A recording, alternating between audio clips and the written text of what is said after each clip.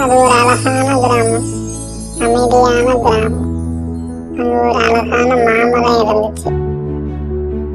அந்த மரம் தினமும் பழம் கொடுத்தது, நிழல் கொடுத்தது, பசிக்கிறவங்களுக்கு உணவு கொடுத்தது, வெயிலுக்கு நிழல் கொடுத்தது, பறவைகளுக்கு வீடு கொடுத்தது.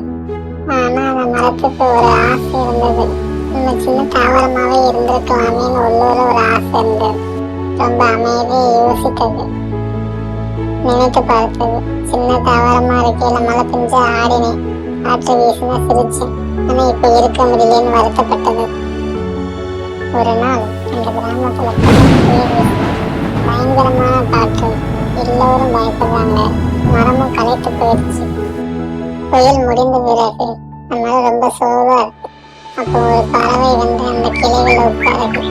அந்த மரத்தை பார்த்து சொல்கிறது, ரொம்ப நன்றி மரமே, நான் உலகம் ஃபுல்லா பறக்கிறேன். ஆனா எனக்கு உன் நிழல் தேவை, உன் கிளைகள் தேவை, என் குழந்தைகளுக்கு உன்னோட பழங்கள் தேவை. எனக்கு ரொம்ப நன்றின்னு சொல்லுது. அந்த நிமிடம் அந்த மரம் புரிஞ்சுக்கிட்டது, தன்னோட வளர்ச்சி தனக்கு சுமை இல்லை, அது பலருக்கு வாழ்வு. அன்னையிலிருந்து அது ஒரு முடிவு எடுத்தது. நான் நிழல் கொடுக்கறதுக்கு முன்னாடி என்னோட வேறு மண்ணில் ஆழமா ஊனணும். எனக்கு இன்னும் சக்தி தேவை, நான் நிறைய தண்ணி எடுத்துக்கணும், நிறைய பலம் பெறணும். அந்த நாள் முதல் ஒரு மழை பெஞ்சு ஆடிச்சு, காற்று அடிச்சு சிரிச்சது. அப்பதான் புரிஞ்சது, நான் பெரிய மரம், ஆனா எனக்குள்ள இன்னும் அந்த சின்ன தாவரம் இருக்கு. பிறருக்கு எல்லாம் கொடுக்காம தன்னை கவனிக்க மறந்துடாது. உன்னுள் இருக்கும் அந்த சின்ன தாவரத்தை கண்டுவிடாது.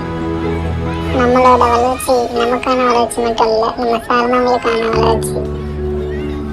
என்றுமே மனம் கலங்காதே.